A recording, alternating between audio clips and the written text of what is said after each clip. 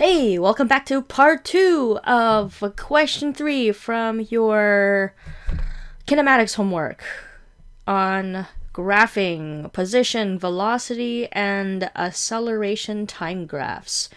So we covered the acceleration questions in the previous video. In this video, I am going to do the displacement problems and the position time graph at the end. And for the story, we can just talk about that briefly, but I want to get to the gritty stuff part of the question. In the last video, I talked about this thing over here, this here little graphic to help you decide what you need to do when you're given a particular graph, whether you need to take the slope, the area, what does it mean, etc. I add a little tidbit here so I can talk about it right now. In the last video, we looked at acceleration, which was mostly from our velocity time graph. We needed to take the slope to go from a velocity time graph to an acceleration time graph. But now we're trying to find the displacement. So we're going from a velocity time graph and we're trying to read the displacement. And to do that, we need to take the area underneath the graph. And I didn't talk about why we need to do it, but here's a little, here I've included some equations to help you. But the idea is that you have a rate, which is your velocity, the rate of which your position changes with time. And to find the position change from that rate, you need to multiply by how much time it has taken. So you're multiplying a rate by the time to get the position. And that is evident in your equations. If you're going, say, from a velocity time graph to displacement time graph, your displacement, you might know this equation very well. If you have the IB data booklet, it is V minus U times T divided by 2. Or some of you might say that's the final velocity minus initial velocity. Yes, they mean the same thing. So what does that mean here on your graph? What it really means is that you're taking your velocity change, if it's not changing, it's just V, times your time, your rate times your time gives you your displacement. You'll see that in our example for question number D soon. For acceleration, say you have an acceleration time graph and you want to find the velocity, or to be more precise, it should be the change in velocity to get the area. Here I have the acceleration equals the change in velocity over time. That's the definition of acceleration. We rearrange it.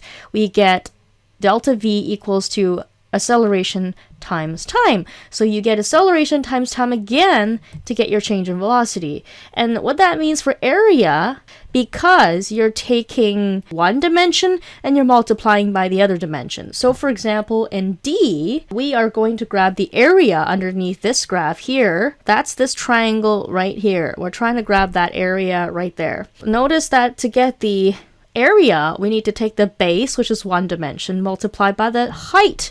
You're taking the velocity times the time, gives you your displacement. Anyways, let's just get to the question. So otherwise this video is going to be too long. Displacement between t equals 0 to t equals to 8 seconds. Okay, so I didn't break this question part into two pieces, but we'll just have to manage. Okay, so starting with question D. Now, whenever you're asked to find the area underneath a graph, a lot of us get very confused on what part of the graph we're looking at. The area is always the area between your line and your x-axis. So that is from here to there. This area right there. This question is from 0 seconds to 8 seconds. Bam. Okay, so we need to find this area right there. Yes, it is the shape of a trapezoid, and I don't expect you to memorize the area of a trapezoid, but if you don't know the area of a trapezoid, you can always break this area into two pieces. The first piece, notice, is a triangle. Notice the second piece is a rectangle. When you have the two areas, and all we had to do to find the area is just to add the two together.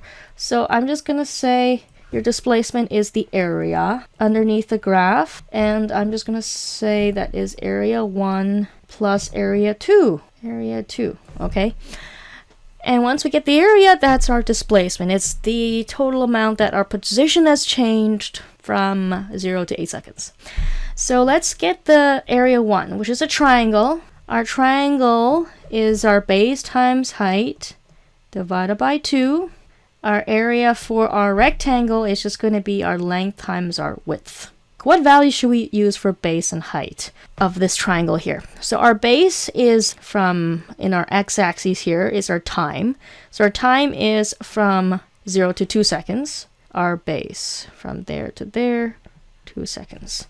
So this is our 2 seconds times our height. Here's something to be careful of. When you are finding the area, positives and negatives count. So our height is not 4 meters per second, it's negative 4 meters per second.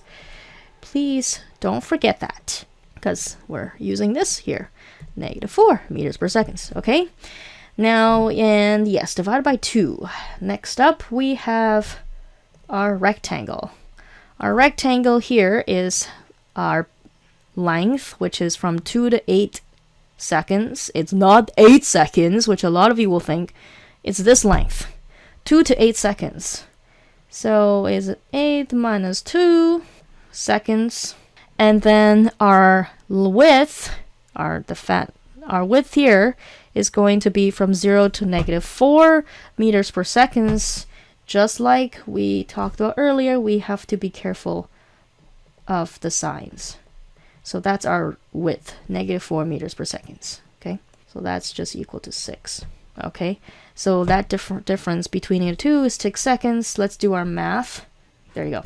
So we have 2 times 4 divided by 2 is just equal to 4. Don't forget the signs. So that is minus 4.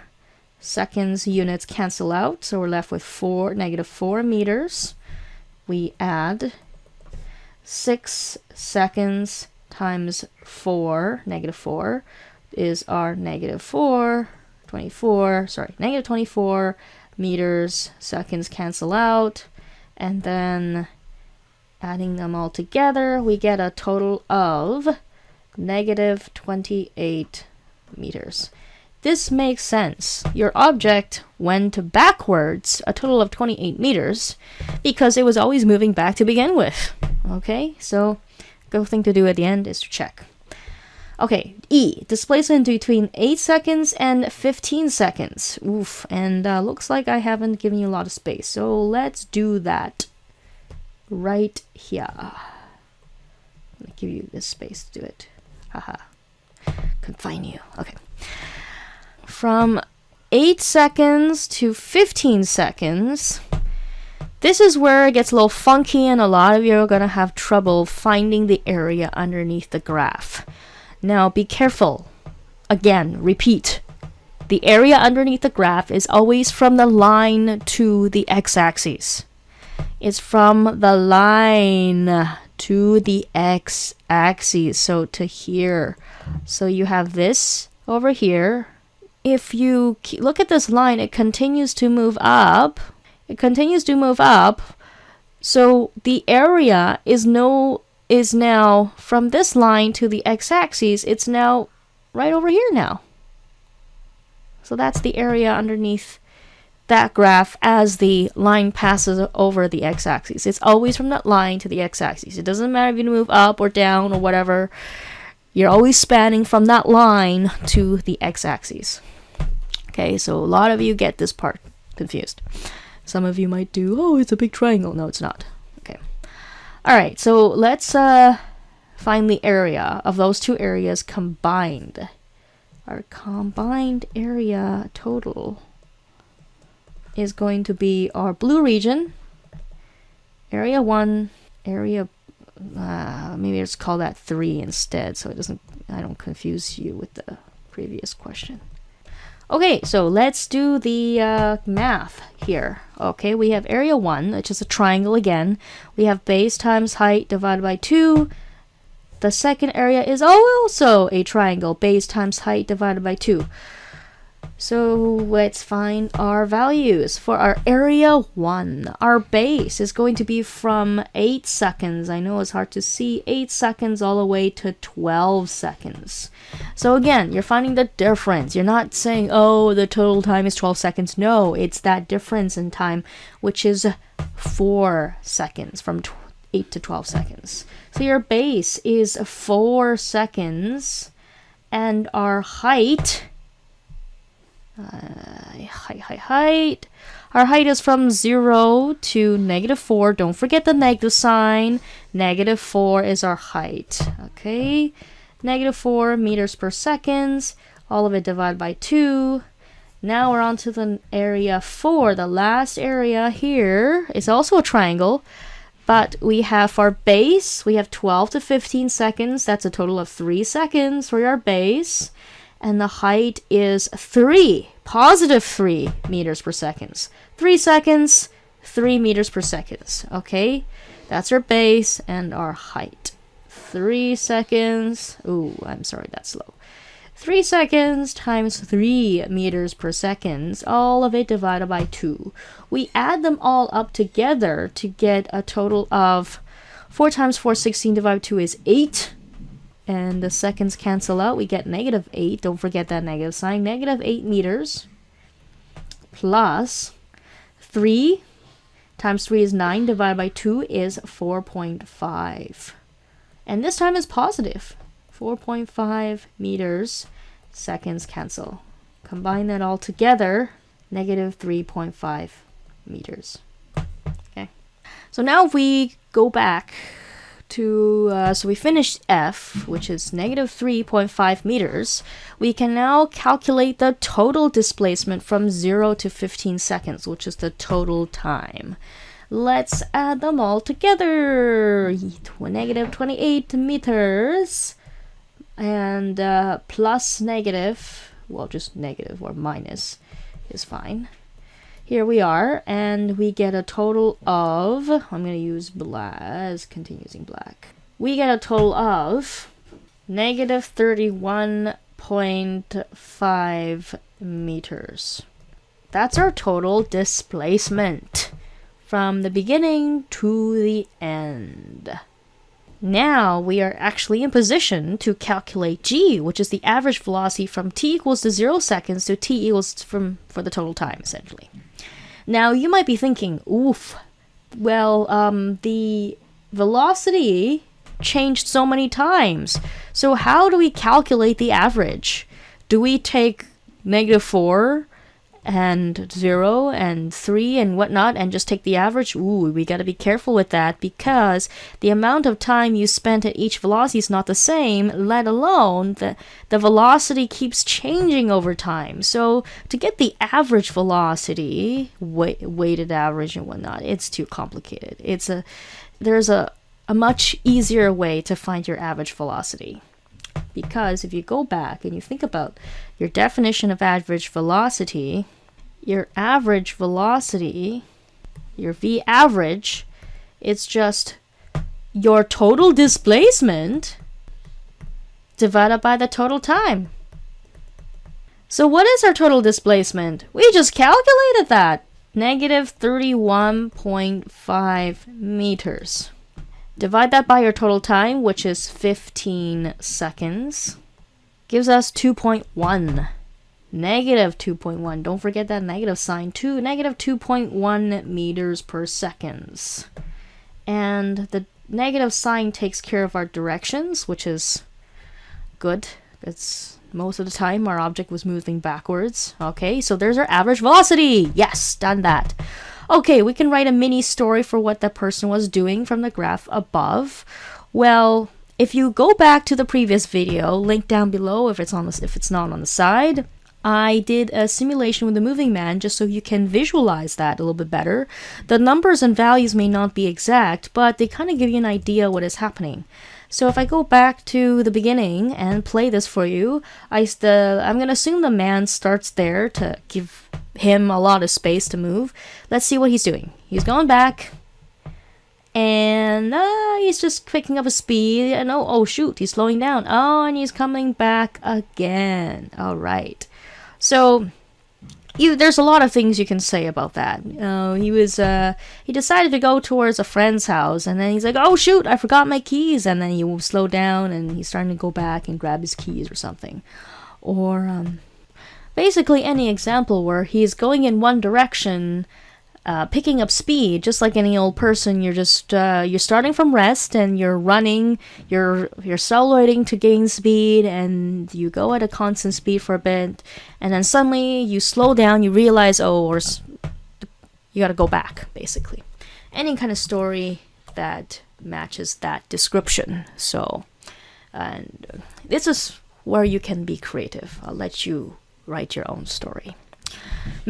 There's many right answers there. Okay, so what I really want to do and show you is how to draw the position time graph. And based on what you saw, you're not going to be able to use a simulation for your quiz tests, whatnot, to help you. So how do you draw one from scratch based off of what you've calculated? Let's just set this graph here. So I'm just going to quickly set it up. So now I've set up the time in the wave where imagine the x-axis for time is at the very top, meaning that his displacement, because I know his displacement, his position will always be below or backwards. He's never going to achieve a positive displacement. So this gives me as much space as possible. Oh, and I misread this. 0 seconds to 8 seconds. Well, it makes our job easier, but actually, I am going to do it all the way to 15 seconds, just so you get to see what it looks like. Just to break everything down, okay? And I haven't done the the y-axis because how can you determine your scale is depending on how far your object has moved. Because if you think about the moving man in our example, just so you can visualize it, he's gone from this side and he's gone all the way back before he moved forward a bit. So his maximum displacement in the negative direction is actually all the way until this 12-second mark before he started moving forward.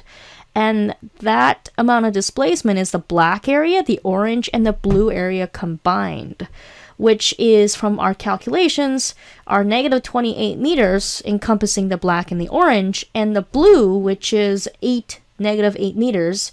So negative 28 and negative 8 meters add up to a total of negative 36 meters. So our graph needs to go all the way up to negative 36. If we count our lines, 1, 2, 3, 4, 5, 6, 7, 8, 9, 10, we have 10 lines, and we need to get to negative 36. The easiest way to do that is if we use a gradient of 4 meters. So that's 8 and so forth. I mean, I could have used negative 36 divided by 10, which is going to give me a gradient of 3.6, but that's just too much. I'm going to round it up to 4 meters. So that's our graph that we're going to use. Okay, so when you're drawing a position time graph from a velocity time graph, you want to break your graph into sections on your velocity time graph and transfer those particular sections on your position time graph. What does that all look like? Good places to break your graph on your velocity time graph is where, first of all, where your graph line kind of changes. Say going from a curved line to a straight line, from a straight line of one slope to a different slope. So here's a good spot to break it, because notice the velocity here changes. Or sorry, the rate, the one time is accelerating now is not. That's a good time to break it. And same thing here. This is a good time to break it. Velocity is constant, and now it's not constant anymore. Another interesting spot to break it at is when your object stops, where your velocity reaches 0. That's a good time to break it. And of course, 15 seconds is where it completely stops. So where's that? We have 2 seconds. I'm going to highlight that there, 2 seconds. 8 seconds is another good spot for us to break it. At 12 seconds, where velocity is at 1.0, not moving, and of course the end where the object reaches 15 seconds total. Now, before I draw in the curves, the lines between, the first thing I want to do is I actually want to plot where the displacements, where the object is at those points in time. So let's start with 2 seconds. How far is the object gone after 2 seconds? So that's the black area there. So black area, we do this one here. It's -4 meters. So after 2 seconds, the object achieved 4 meters in the backwards direction. So it's right there. Okay. And next, after 8 seconds. Oopsies, after 8 seconds. So after 8 seconds, it's gone another -24 meters. You could do two ways. You can say, well, the displacement is -28 meters at 8 seconds, which is 8 seconds, -28 meters right there. Or the object went another 24 meters backwards, which is 4, -4 minus 24, which is here. Okay, so that's 8 seconds at -28 meters. Now, after 8 seconds, all the way to the 12 seconds, that's our blue, blue, right here. Here, the object traveled, gained another 8 meters backwards. So he moved another 8 meters back from -28, which is going to be a -36 meters. So it's going to be right there. Okay, and last but not least, in the last 3 seconds, he moved forward 4.5 meters. He goes back 4.5 meters. So he goes back to, well, we can actually just graph the total, which is -31.5. Or you can think of it as, okay, well, he goes back -4.532 and minus a half, 30, -31.5. That's going to be roughly right about there. Okay. Okay, so that's what the graph looks like. And another key point is we don't know where he starts, and I kind of assume that. It's my fault for not telling you that. Assume the object starts at 0 meters. So he starts off at 0 meters. So don't forget that point at the beginning. Sorry, I missed that. Okay, now this is where we have to figure out how to draw the lines in between these dots. And that we have to refer back to our velocity time graph. Now, in the first 2 seconds, your object is going backwards while speeding up. So we already know at that means our displacement on a displacement time graph, it's going to be some sort of a curved line. Okay, so how do we draw that curved line? Let me see. What can I do here? I'm just going to draw lines because that's probably the easiest. So he starts off with not much of a velocity. He starts off with 0 velocity to begin with. Then he starts to speed up. His velocity is becoming more and more negative. So if we go back and we think about a DT graph, position time graph, the slope on a position time graph tells us the velocity. So on a position time graph, the slope, which is our velocity, is going to become more negative. The slope is going to become more negative. It starts off with 0. So let's kind of shape that in. Velocity starts off with 0. Slope is starting off as 0.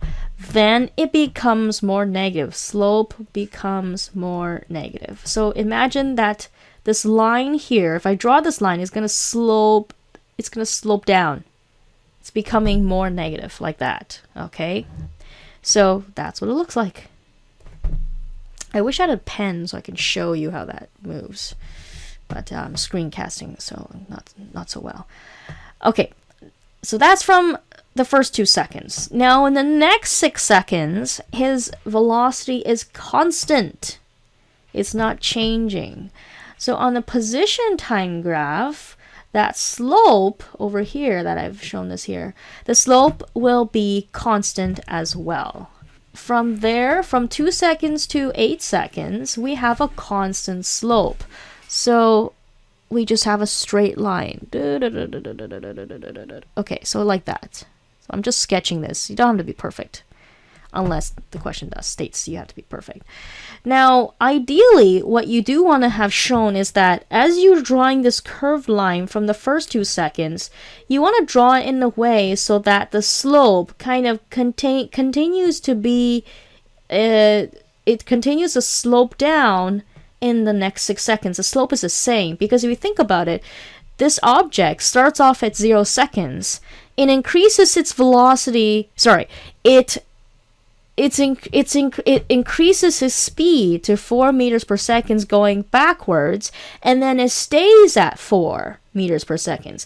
So as you're curving down to that slope of 4 meters per second. You're curving down to that slope, and that slope continues until 8 seconds, just like the velocity. So it's good to show that, so that your line doesn't look like this and then suddenly looks like that. That's just very bad, because your slope is not, here you have a little nick here, the slope is not the same from there to there. You kind of want to show it nice and curved, and the slope continues down like that.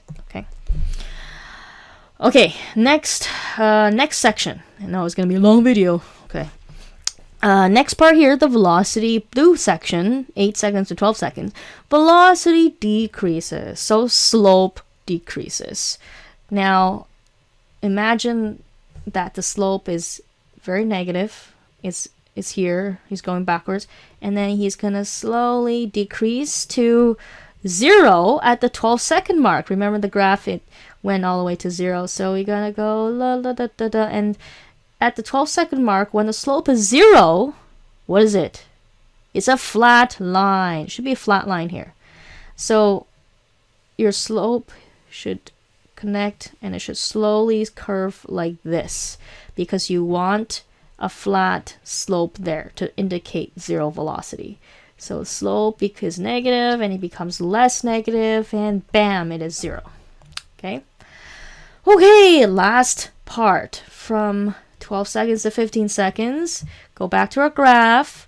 The velocity is now positive. He's gaining speed in the positive direction. Velocity is becoming positive. Slope is becoming positive. So from a slope of 0, it's going to slowly curve to be more positive, like that. So the slope is here. Imagine I'm drawing slopes, every slope in point of time. So if we connect that, that's what it looks like. Phew! All right. So that is how you would, this is how you would draw a position time graph using values you've calculated, using everything you interpreted from the velocity time graph. And the only thing that you have to be careful what the question tells you is assuming where does the object starts. Here, I missed it, is at d is equal to 0 meters, or a position of 0, starting at the start point. Okay, so that was the whole question.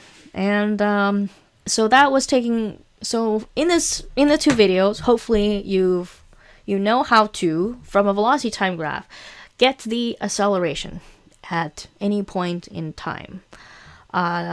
Be able to draw the acceleration time graph, knowing all your acceleration values, calculate the displacement between different points in your velocity time graph, and use those displacements to find your average velocity for the entire trip, and last but not least, be able to draw a position time graph from your displacement values.